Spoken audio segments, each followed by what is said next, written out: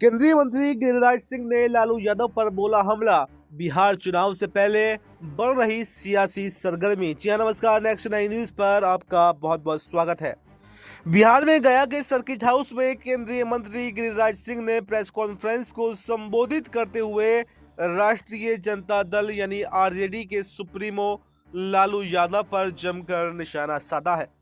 उन्होंने कहा है कि लालू यादव ने छपरा में अपने बेटे को लॉन्च किया है। उन्होंने कहा कि इनको सीएम बनाओगे तो फिर बिहार में जगमग आखिर कैसे होगा। जो उन्होंने किया सिर्फ वो ही उनको बताया है, लेकिन असली बात नहीं बताई गई है। बिहार की जनता और 30 साल के महिला पुरुष हैं, उनको भी ये मालूम है कि लालू राज में शादी करके जो पति पत्नी लौटते थे उन्हें गाड़ी से उतार दिया जाता था। तो विकास का मॉडल यही होगा ना। केंद्रीय मंत्री ने आगे कहा कि लालू यादव अपने बेटे को अपने डीएनए पर लॉन्च करना चाहते हैं, क्योंकि बेटे की अपनी कमाई तो है नहीं। तो आपके डीएनए में लूट, बलात्कार, डकैती, आगजनी, फिरौती, ये सब चीजें शामिल हैं और यही आप आगे बढ़ाना चाहते हैं। ये सारे आपके रोजगार के मॉडल हैं।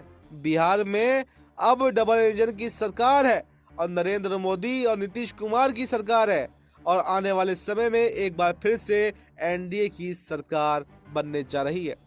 बीजेपी नेता ने कहा कि पूरे उत्तर और दक्षिण बिहार को जोड़ने के लिए सभी 17 पुल हो गए हैं और यही बदलता हुआ बिहार है जहां सड़कों का जाल अब बिछ गया है। यहां पर बिजली की उपलब्धता है।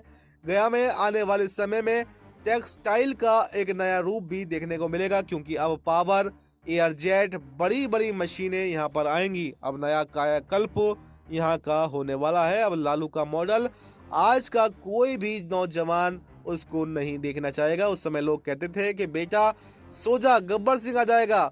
वैसे ही अब कहेंगे बेटा भूल कर भी लालू के मॉडल को मत देखना। इनके राज में बच्चों को कहते थे कि शाम से पहले घर वापस आ जाना, यही इनका मॉडल हुआ करता था। लेकिन आज बिहार की तस्वीर बदल गई है।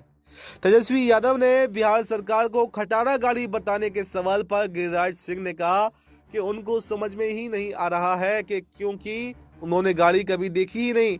वो तो बैलगाड़ी वाले थे।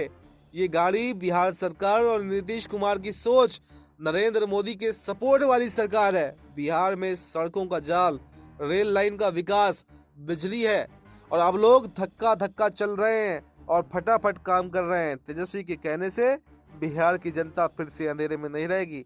लालटेन युग अब जा चुका है।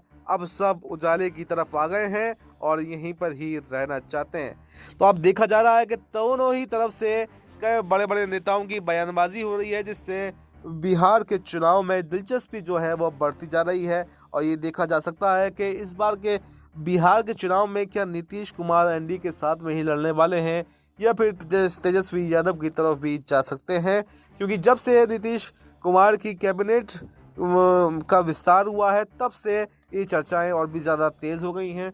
वहीं तेजस्वी यादव ये कह रहे हैं कि सरकार को पूरा बीजेपी ने हाईजैक कर लिया है।